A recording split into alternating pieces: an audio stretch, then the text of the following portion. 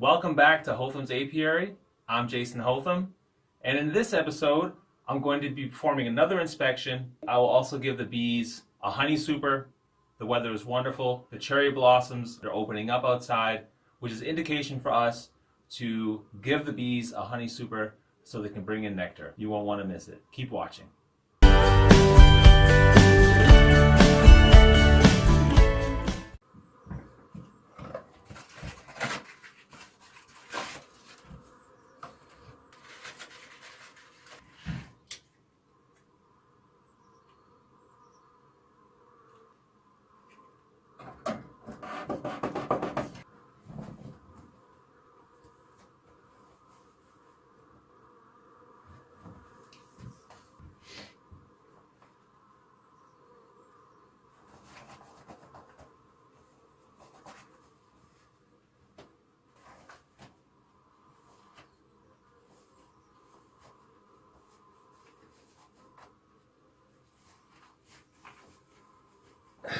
Time to get started.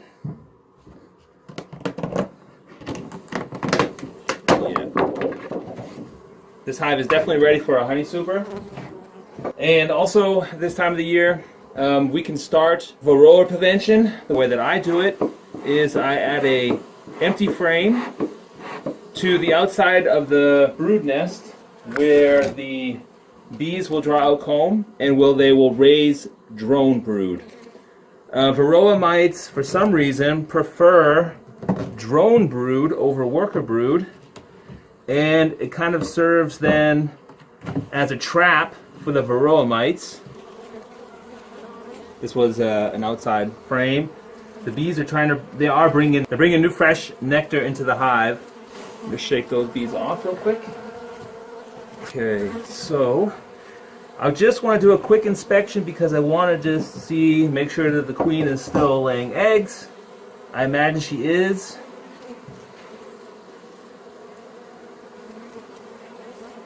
There's a lot of food on this frame. This is the second frame. And they have lots of pollen. They have lots of nectar. So it's definitely time to give them a honey super so they can bring the nectar into the honey super and leave the frames below for brood. So it's a necessary thing. Otherwise, the bees may start to prepare for swarming. Frame number 3. Again, nectar and pollen on both sides. There's actually a little bit of nectar is dripping out. Have not reached the brood nest yet. More than likely that will be on the next frame. Yep. This is a brood frame. See all the darkened capped cells? Those are all brood cells. On the back side as well here. So yeah, giving them a drone frame right now will be okay. This is the time to do that anyhow. I'm going to shake these bees off, give them a shake. So that frame is now empty. And in its position I will place, as I said, an empty frame. There's no wire in here. And the bees will draw comb on here that is suited for the drones. Okay, so let's continue here. Very active. The weather is beautiful outside today. Very sunny. It has been the past 5 days. Again, lots of brood. You can see also the bees are starting to draw out comb on the bottom of the frame, which indicates that they're starting to run out of room and that they want to build. And there are some drone brood cells in here already. Lots of larvae. Haven't spotted the queen yet. I'll break off this comb here so the bees can build on the frames that I give them here momentarily. Once again, a shot of the brood frame, of the brood nest. Very active.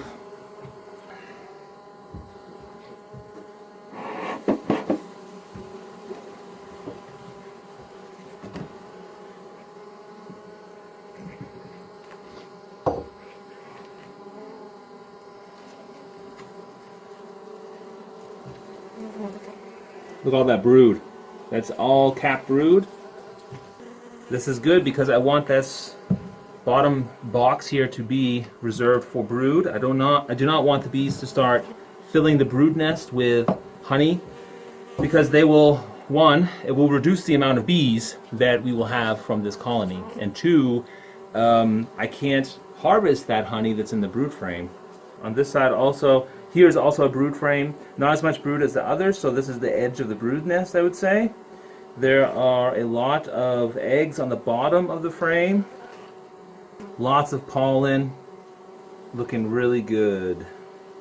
There's another shot of the nice brood nest there, but as you can see, it's a lot smaller than the previous frames, so that means that the brood nest is pretty much reached its end. There's lots of eggs on both sides of this frame in the open cells. Sometimes bees tend to change their behavior when there is a lot, or there's a large supply of nectar in the area. They'll become a little bit more aggressive. I'm going to also remove a food frame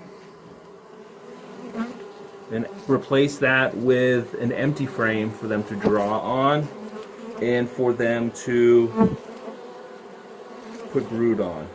So I'll give this a shake. And now I need to find a frame.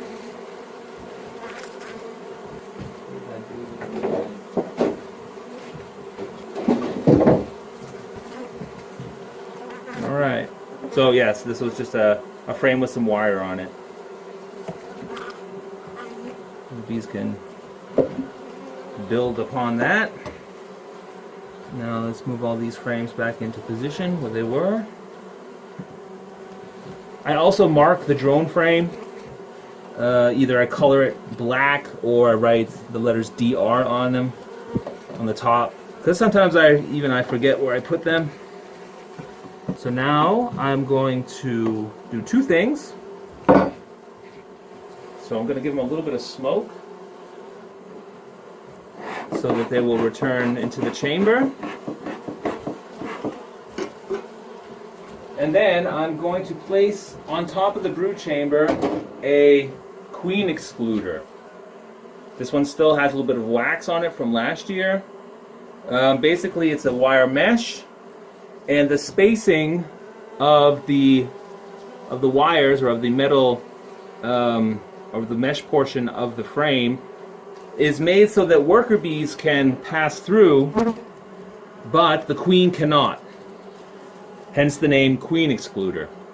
And we place this queen excluder between the brood chamber and the honey super. So the honey super, for my hives that I use, is a box, like I have shown in one of my videos. And I place inside the box, here I'll show you a few of these frames, I place some drawn out comb, 3 of them in the middle. Then on the outside, the rest of the box I fill with frames with just wires on them, no foundations. At least that's how I'm going to do it this year. Try out a new way this year. I just had a bee crawling up my leg. She didn't sting me, which I'm lucky. So I'm going to fold my socks over my jeans here real quick. Won't win any fashion points doing that, but at least the bees don't climb up into my pant leg and sting me. Alright, so where was I? I have 1, 2, 3, 4, 5, 6, 7. So I need to add 3 more. And what I'm going to do is I'm going to show you, you may have seen it a few seconds ago, but I had mentioned also before that with the wire frames, when this is loose like this, it's really hard for them to draw any comb on there. So I have this little tool. I have no idea what it's called. But basically I place it between the, or over the wire, squeeze it down, and just go back and forth a couple times. And that tightens up the wire.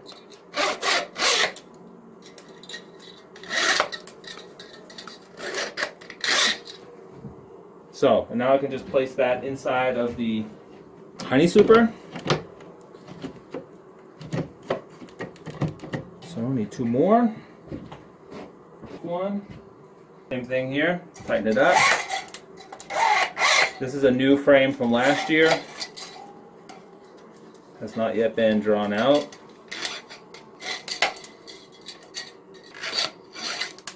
Oh, I'm really mangling this. There we go. Place that in the hive. And one more. It needs to get tightened down as well.